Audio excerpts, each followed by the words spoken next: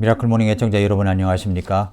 12월이 이제 내일 모레면 12월입니다. 이 12월 한 달을 의미 있게 보내기 위하여 우리는 한 달 내내 감사를 주제로다가 감사 일기를 써봤으면 좋겠습니다. 근데 12월을 보내면서 저는 여러분들에게 책 한 권을 추천해 드리기를 원합니다. 바로 이 에이트라고 하는 책입니다. 이 에이트라는 책을 보면은 인공지능에게 대체되지 않는 나를 만드는 법이다. 이렇게 이야기를 했습니다. 이 책에 보면은 하버드 의대는 왜 강의를 폐지했을까? 또 골드만삭스는 왜 598명을 해고했을까? 그리고 구글과 나사가 싱글레리티 대학교를 만든 이유는 무엇인가? 그리고 IBM이 인류문학적 인재를 모시는 이유는 무엇인가? 이런 것들에 대해서 쓰여져 있습니다. 그러니까 인공지능 교육에 대해서 아주 교과서처럼 우리 이런 책이 없는데 인공지능의 교육을 잘 알 수 있는 그런 책입니다. 이것을 12월 추천도서로 여러분에게 추천합니다. 꼭 한번 읽어보시기 바랍니다. 우리 교회에서는 3B 아카데미를 하고 있습니다. 우리 초등학생들을 토요일 날 모아서 이들에게 하나님의 말씀을 가르치고 교육을 하고 있습니다. 하브루타로 가르치고 있습니다.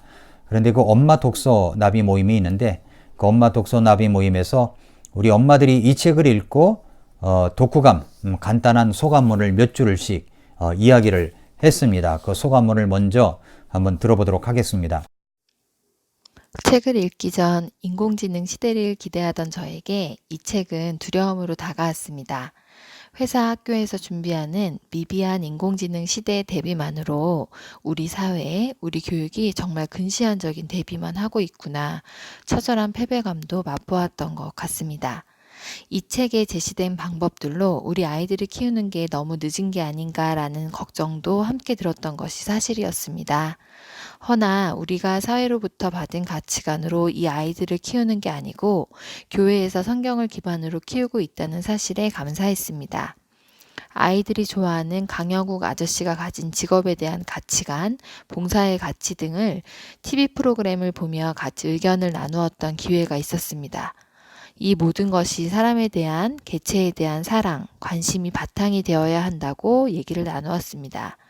이는 하나님이 우리 인간에게 주신 사랑과 같은 뿌리이며 이를 통해 우리 아이들이 지향해야 하는 이타적 삶의 중요성을 다시 한번 느낄 수 있었습니다.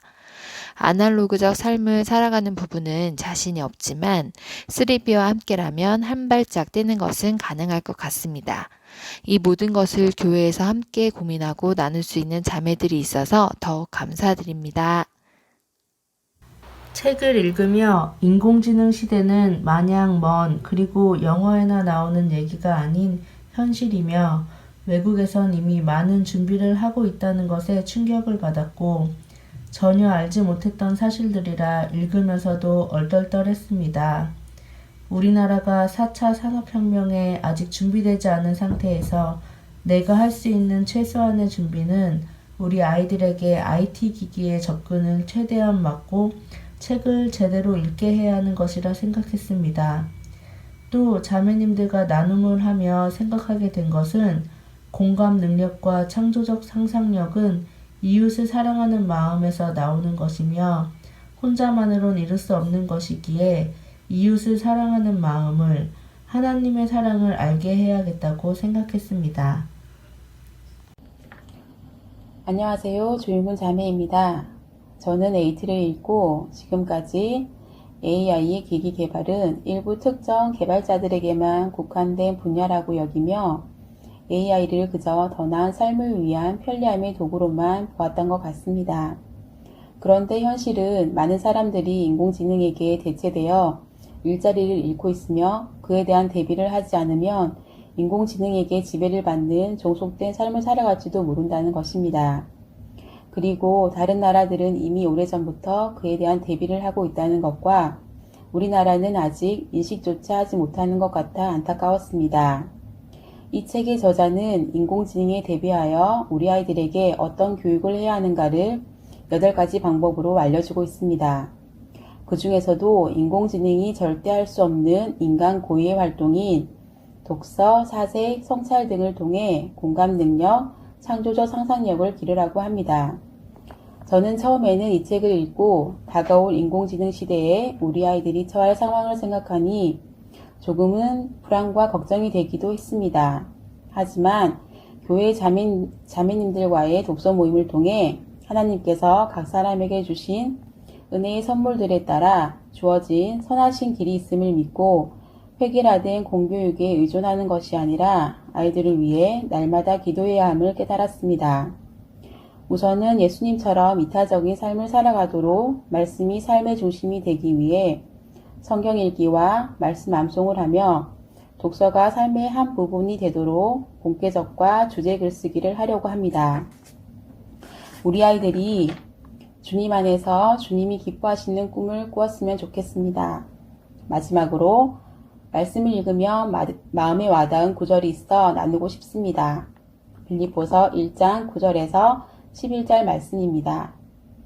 내가 이것을 기도하노니 곧 너희의 사랑이 지식과 모든 판단에서 여전히 더욱더 풍성해지고 너희가 뛰어난 것들을 입증하며 그리스도의 날까지 성실하고 실족거리가 없는 사람이 되며 예수 그리스도로 말미암은 의의 열매들로 가득하여 하나님의 영광과 찬양이 되기를 구하노라. 아멘. 감사합니다. 안녕하세요. 에덴 목장 조지연 자매입니다. 몇 년 전부터 우리에게 4차 산업혁명은 우리의 기존화된 많은 직업을 빼앗는다는 것을 알고 있었지만 이 책을 읽으면서 준비되지 않은 자에게 4차 산업혁명은 재앙 수준이라는 것을 깨닫고 무섭기까지 했습니다. 준비되지 않은 많은 자들이 인공지능의 지배를 받는 99.997%의 프레카리아트가 된다는 서울대 유기훈 교수의 보고서는 두렵기까지 했습니다. 이 책을 읽으면서 저는 8가지 인공지능에게 대체되지 않는 나를 만드는 법에서 독서를 힘있게 깊이 있게 생각하면서 읽고 나에게 초점을 맞추는 삶이 아닌 우리에게 초점을 두고 살아야겠다는 생각을 했습니다.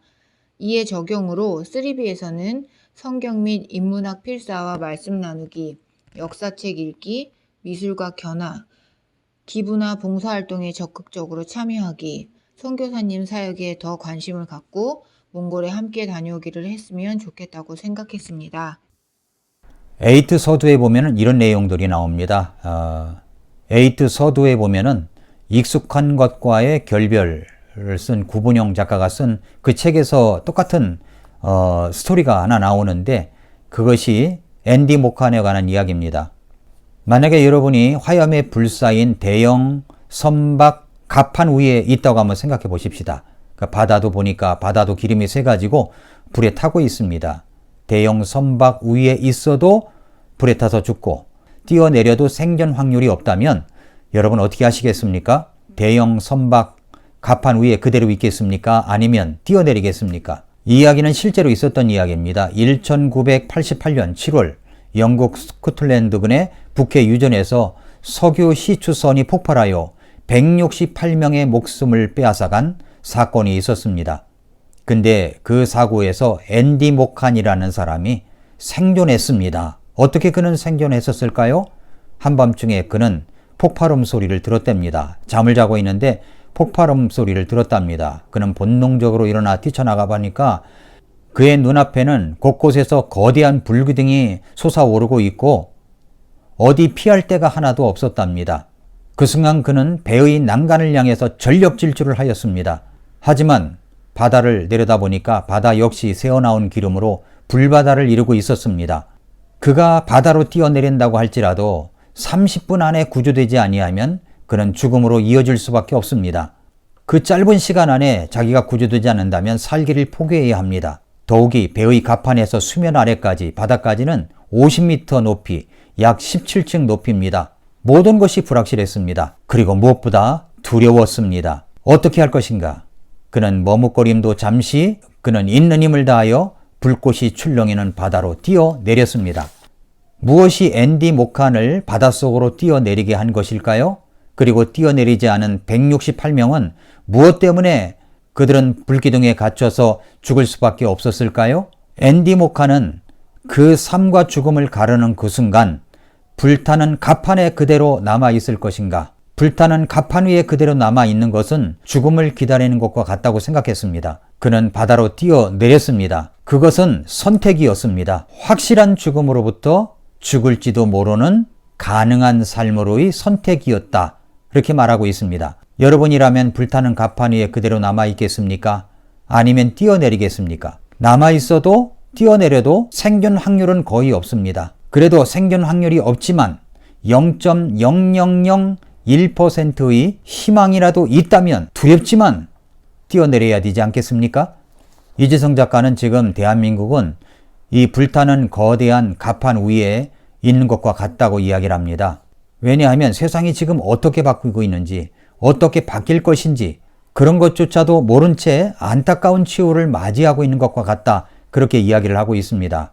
그것은 바로 인공지능 교육에 대한 문제 때문입니다.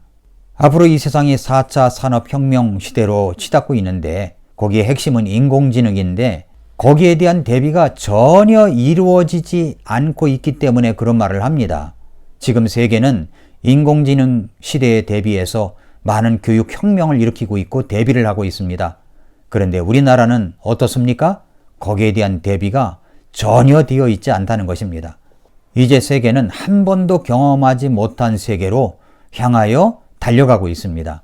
이웃나라와 한번 비교를 해보십시다. 일본은 어떻습니까? 중국은 어떻습니까? 우리나라가 지금 일본과 지소미아 문제 때문에 많은 어려움을 겪고 있고 아직도 끝나지 않았습니다만은 미국과도 동맹 문제로 인하여 참 여러 가지로 어려움을 겪고 있습니다. 지금 정부와 어떤 정치의 선택적 결단을 잘못했기 때문에 오는 부담을 우리 국민들에게 모두 떠안겨줘서 국민들 마음이 분열되고 있다고 생각합니다. 그래도 우리 국민들은 참 애국자들이 많습니다. 일본과 지소미아 문제가 일어나니까 일본을 따라잡자 이런 얘기가 있고 일본을 유행하지 말자, 일본 제품을 쓰지 말자 이런 운동을 벌이고 있는 것을 보면 우리나라 분들은 참 애국자가 많다 이렇게 생각을 합니다. 정치인들이 잘못했음에도 불구하고 말입니다. 과거 우리나라는 일본의 36년간 식민지 지배 아래 놓여 있었습니다. 우리나라의 언어와 글도 경제적인 것도 노동력도 다 착취해가고 빼앗아 갔습니다. 수많은 피해를 우리나라에 입혔습니다. 그뿐만 아니라 동북아시아, 필리핀, 중국 등의 동북아시아도 엄청난 어려움을 겪었습니다. 그게 무엇 때문입니까? 그것은 150여 년 전에 일본이 메이지 유신 때 교육혁명을 단행한 이유로 그렇게 됐다는 것입니다. 메이지 유신 때 서양 문물을 받아들여서 서양 교육 시스템으로 모든 것을 다 바꿨습니다. 그로 인해서 그들이 나라가 부강해지자 우리나라를 점령했고 중국을 점령해갔고 그리고 필리핀도 점령해갔고 동북아시아를 점령해 갔던 것입니다. 그런 일본입니다. 그런데 그런 일본이 150년 만에 교육혁명을 단행하고 있습니다. 몇 년 전부터 일본은 인공지능 시대를 대비하여 인공지능 교육을 시키기 위하여 내년부터 대입 수능 시험을 없앤다는 것입니다. 일본이 인공지능 교육 시대를 대비하기 위하여 인공지능 교육을 시키고 있습니다. 그런 일본입니다. 그런데 우리나라는 어떻게 하고 있습니까? 정치가 경제를 침범하고 정치가 교육을 잡고 있으면 교육도 망가지고 경제도 망가지게 되어 있는 것입니다. 일본이 또다시 교육혁명을 일으키고 있는데 우리나라는 지금 뭐하고 있느냐는 겁니다. 이래가지고 우리가 일본을 따라잡을 수가 있겠습니까? 일본을 따라잡자고요? 네, 따라잡아야 됩니다. 저도 그러고 싶습니다. 그런데 그것을 따라잡기 위해서는 정부가 해야 할 일도 있지만 우리나라 국민 한 사람 한 사람이 해야 될 일이 있습니다. 일본은 독서력이 미국, 유럽 다음 순위입니다. 2015년 유엔의 발표에 따르면 일본은 독서력이 1년에 평균 국민 1인당 평균 60권이라고 합니다. 그런데 우리나라는 어떻습니까? 우리나라는 2015년 유엔에 발표한 바에 따르면 166입니다. 일본은 미국, 유럽 다음 순인데도 말입니다. 일본에 가면 지하철마다 카페마다 책을 읽고 있는 사람들이 정말 많습니다. 우리나라는 어떻습니까? 그만큼 책을 읽고 있나요? 우리나라 순위가 166이에요. 6위도 아니고 16위도 아니고 166입니다.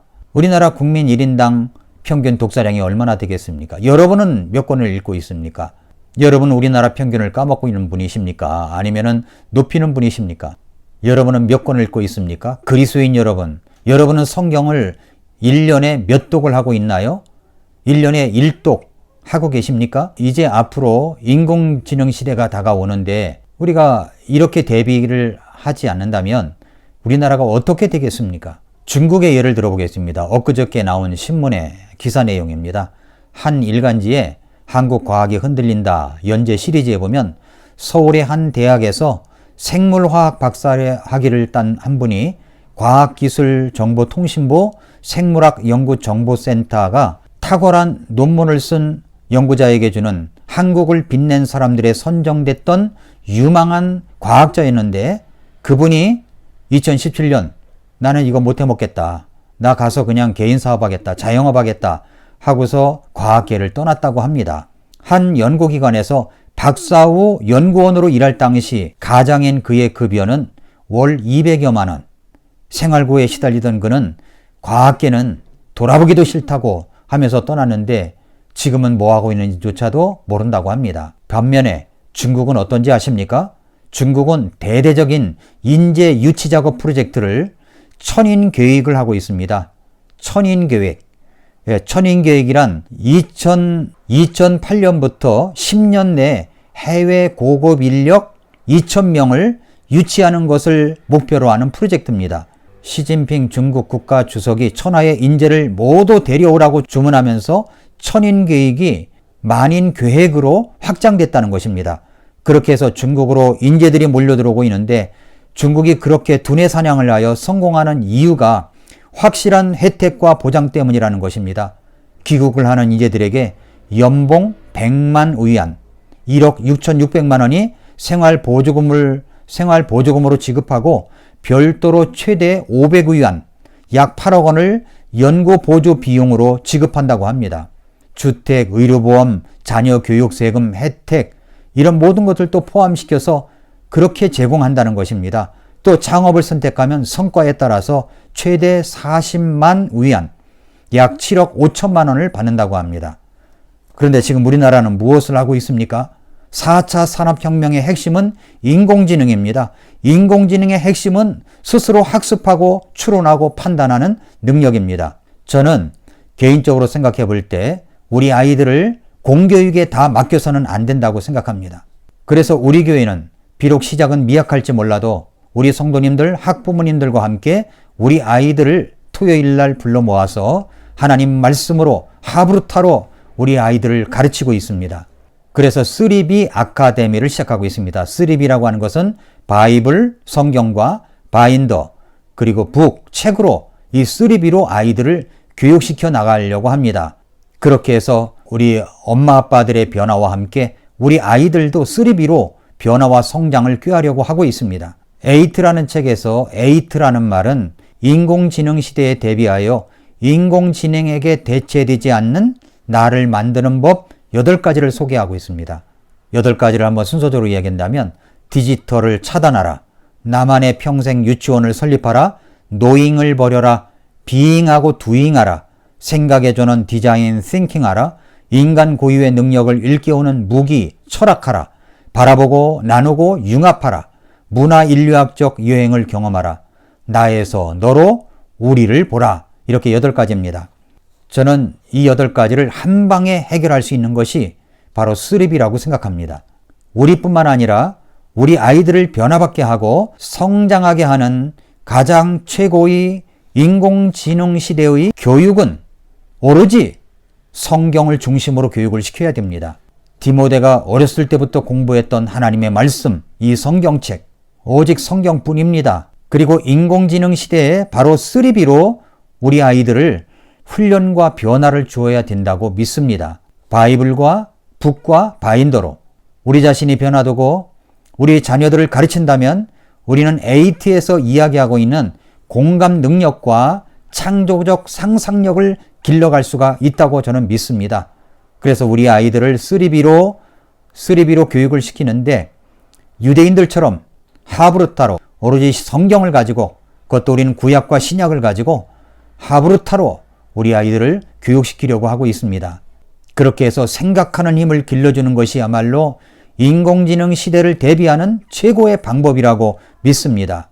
하여 인공지능의 지배를 받는 자가 아니라 인공지능에게 지시를 하는 인공지능을 다스리는 자로 우리 자신이 우리 아이들을 그렇게 교육시켜 나가야 된다고 믿습니다. 그렇게 저는 우리 교회부터 3B로 아이들을 교육시켜 나가겠습니다. 내가 변해야 우리 아이들도 변합니다. 사랑하는 성도 여러분, 또 우리 학부모 여러분, 그리고 손자 손녀를 둔 우리 할아버지 할머니 여러분, 여러분도 이 에이트를 아셔야 됩니다.